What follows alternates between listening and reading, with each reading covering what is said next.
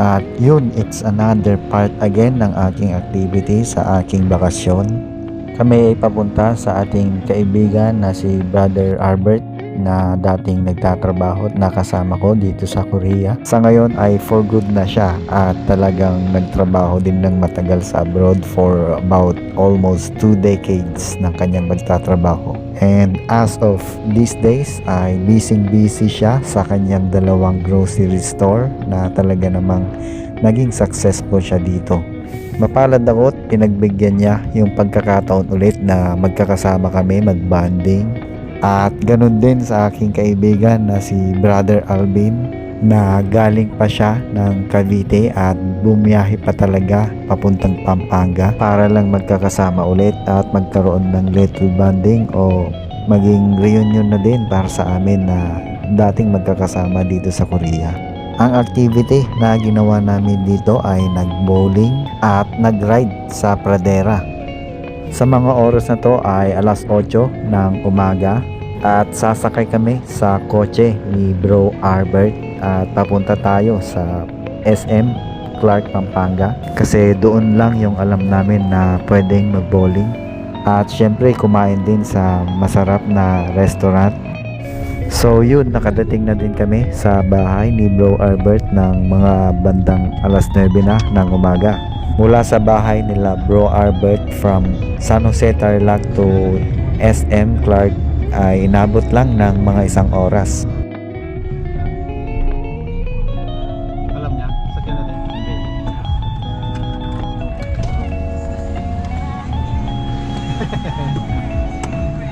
At yun, nandun na si Bro Alvin na ang usapan ay magkita-kita dito sa Dau Station.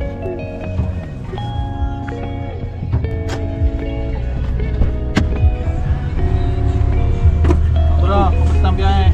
Okay naman? Okay naman, walang Sakto yung calculation mo ah. Ha? Yung sakto yung calculation. Hindi kami ng headlight. Ah? Baka Sabi nung ano eh, tawag dito. Yung mga doktor, 2 hours ang mula dito. Ano?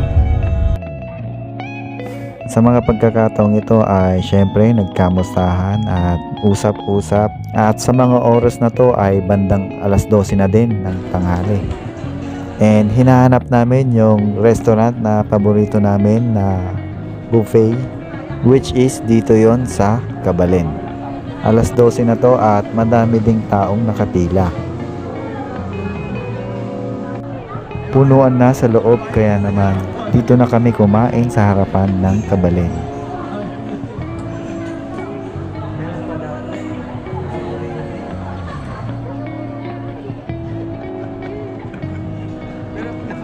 Then after this, konting picture at lakad-lakad ng konti para mapagpag ng konti yung kinain.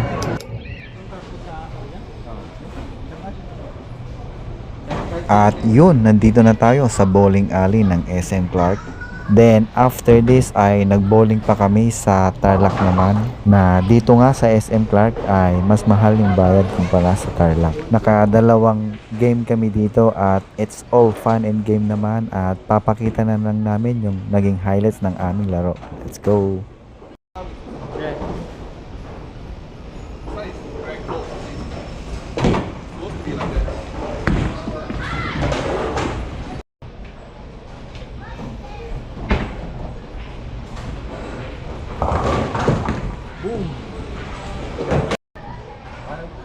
Dapat nakita ko yung laro.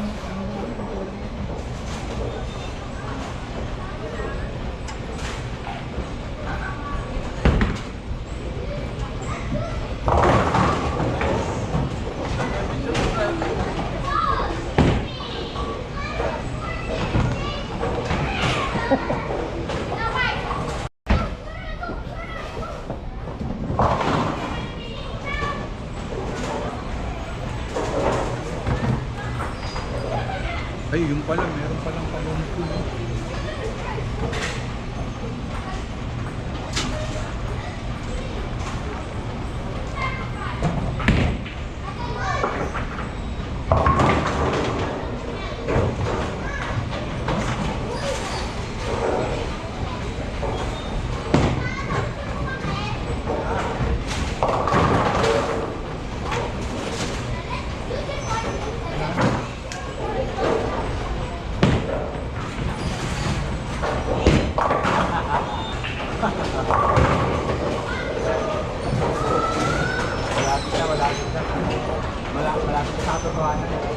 Layo.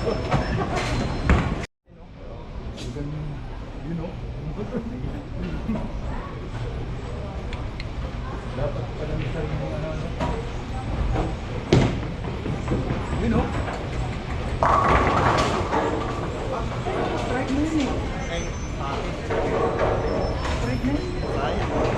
Strike na yun. Yung card na yun, yun eh. Dapat magaya ko.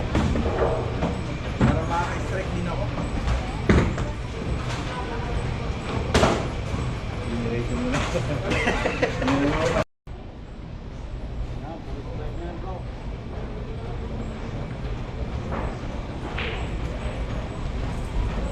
Boom!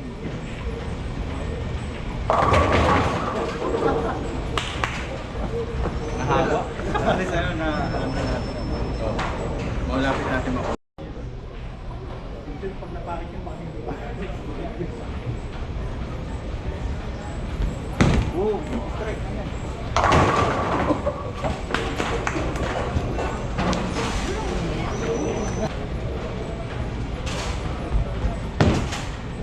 Yun bakit?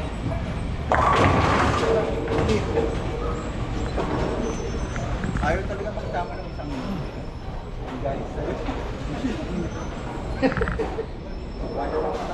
One day. Lalaro na eh, no? Wala ko. Yun.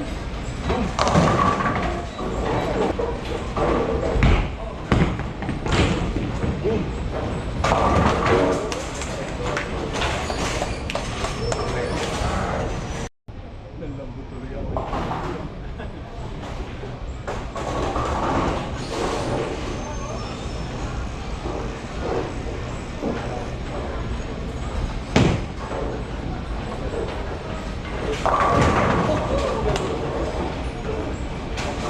Pero maganda. Ha? Pero wala. Lori.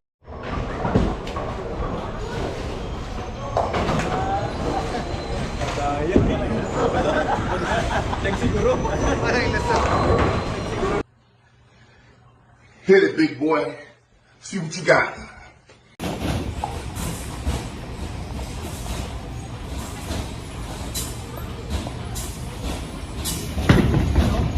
Right.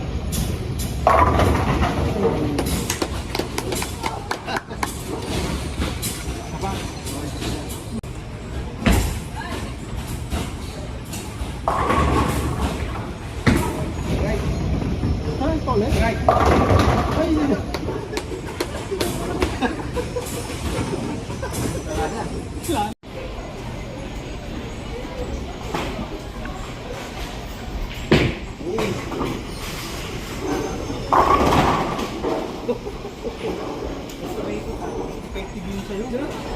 Akin din.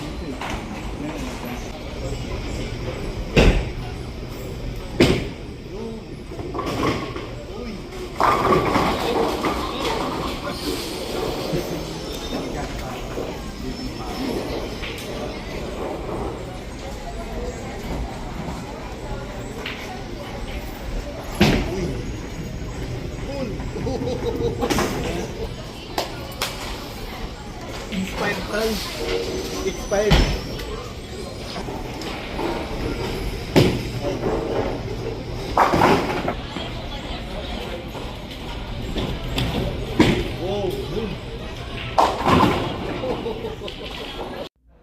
So yun, natapos din ang session namin ng pagbo-bowling. Dati sa Korea ay nagiging isa sa mga stress relief namin kada weekends. So sa mga pagkakataong to ay mga bandang alas 3 na ng hapon at papunta na kami sa Pradera. Mula dito sa SM Clark hanggang Pradera ay inabot kami ng mahigit 1 oras. May pagkakataon din na naligaw kami but eventually nahanap din namin through Google Maps. Then yun, mga bandang alas 5 na ng hapon kami nakadating dito sa Pradera Theme Park. And as you can see, napakaluwag ng parking space. Ibig sabihin ay konti lang yung taong pumunta dito sa Pradera. So ang unang gagawin dito ay syempre kukuha muna ng ticket para makapasok tayo. At kahit na sobrang lawak dito sa Pradera ay makikita mo agad yung ticket booth.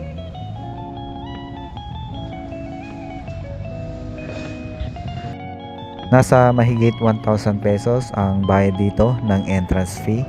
At last year lang to nagbukas, mga bandang April na ng 2025. So mga mag-iisang taon na din palang bukas ang Pradera. Today is March 25, 2026. Kunti pa lang yung tao dito kasi hindi pa natatapos yung school year ng 2026 para makapagbakasyon yung mga maraming kabataan. Dito nga ang unang sakay namin ay sumakay dito sa bangka. So dito masasabi namin pinaka-relax na ride kasi iikot ka sa bundok na nakikita natin na artificial na yon. Ilan ang sakay dyan?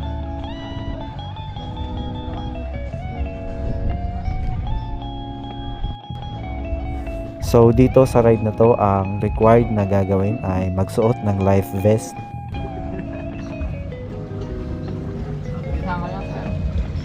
Sa ano po?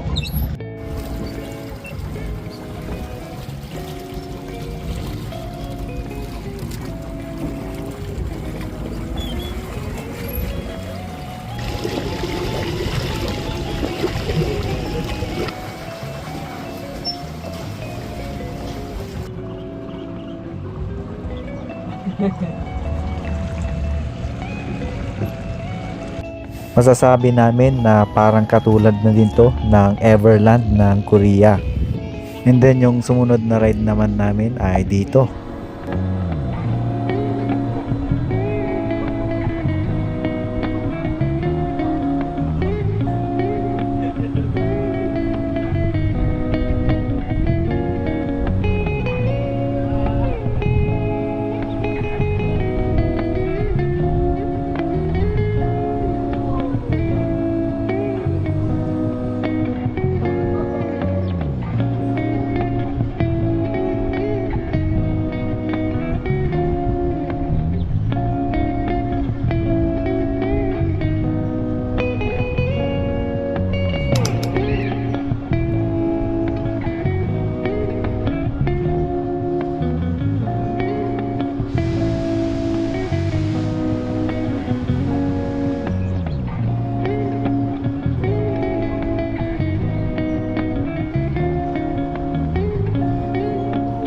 Para sa akin, nag-enjoy ako sa ride na to kasi nakaisang ulit pa ako dito.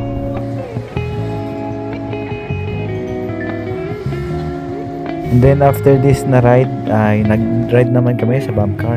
Ang duration ng ride namin dito sa bump car ay isang kanta o mga 4 minutes na siguro yun.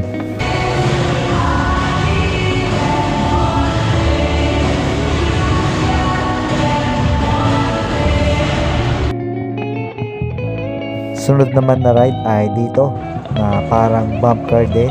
Pwede kayong magbanggaan at syempre hindi naman ganon kadelikado pag nagbanggaan kasi nakadesign naman yan para sa ganong activity.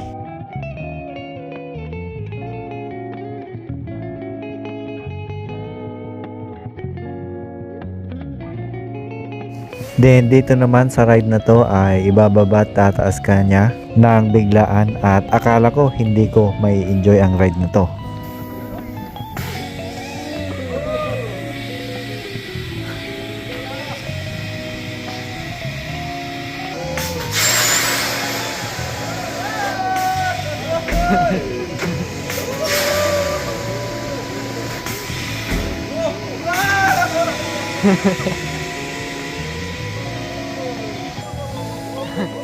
Ang duration naman ng ride na to ay nasa 15 minutes ata. So maisa-suggest ko na dapat preparado ka.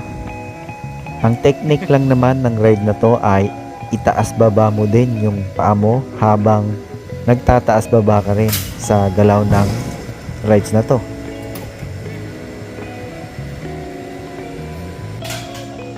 Ayos! Nakita niyo ba yung kaluluwa ng iwanan? Nandyan din at nag-ride din kami dito sa roller coaster.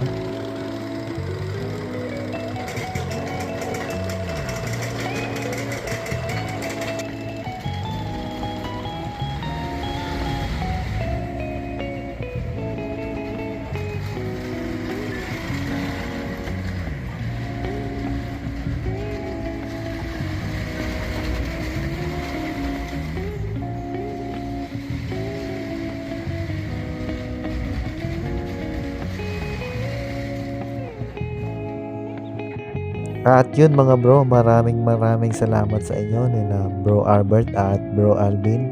At syempre ganun din kay Ivan. Salamat at naging part kayo ng pag-create ko ng mga ganitong happy memories. At yun, hanggang sa muling bakasyon ulit. God bless mga bro.